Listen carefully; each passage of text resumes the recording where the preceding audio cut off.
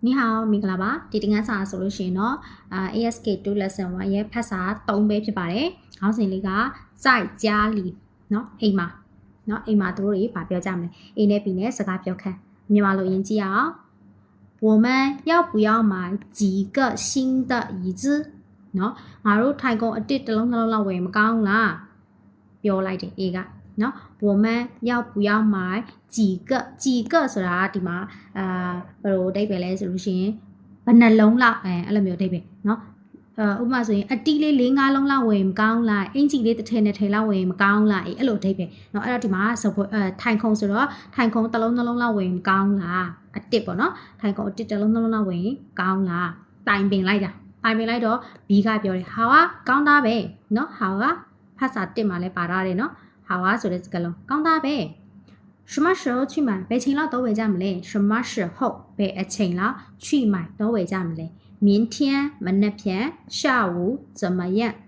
မနက်ဖြန်ညနေဆိုရင်ဘယ်လိုလဲမနက်ဖြန်ညနေဆိုရင်ရောတိုင်ပင်ညှိနှိုင်းနေကြတာเนาะ你明天几点能回来你မနက်ဖြန်ညနေကျရင်ဘယ်နှစ်နာရီပြန်လာမှာလဲ3点多3နာရီကျော်ဆိုရင်ပြန်လာမယ်3点ကွက်တီမဟုတ်เนาะအနောက်မှာ多ဆိုတဲ့စကားလုံးလေးပါတယ်3点多3နာရီကျော်လောက်ပေါ့အဲ့ဆိုရင်ဒါကိုမြန်မာလိုပြောတဲ့ဟာကိုပြန်ပြီးတော့စဉ်းစားကြအောင်เนาะ A ကမေးတယ်ငါတို့အိမ်မှာထိုင်ကုန်တစ်တလုံးလောက်ထောက်ဝယ်ရင်မကောင်းလား B ကပြန်ပြောလိုက်တယ်ကောင်းသားပဲဘယ်ချိန်လောက်တော့ဝယ်ကြမှာတော့နှစ်ဖြန်ညနေဆိုရင်ရောဘယ်လိုလဲနေမနှစ်ဖြန်ညနေကျရင်ဘယ်နိုင်လောက်ပြန်လာနိုင်မှာလဲ B ကပြန်ပြော3နာရီကျော်လောက်ပေါ့အဲ့လိုမျိုးအခြေအနေနားလည်မယ်เนาะအဲ့လိုမျိုးအခြေအနေမှာစကားပြောကြတဲ့ဟာအဲ့တော့အတန်နားထောင်ကြမယ်课文3在家里 Text 3 At home 我们要不要买几个新的椅子？好啊，什么时候去买？明天下午怎么样？你明天几点能回来3点多。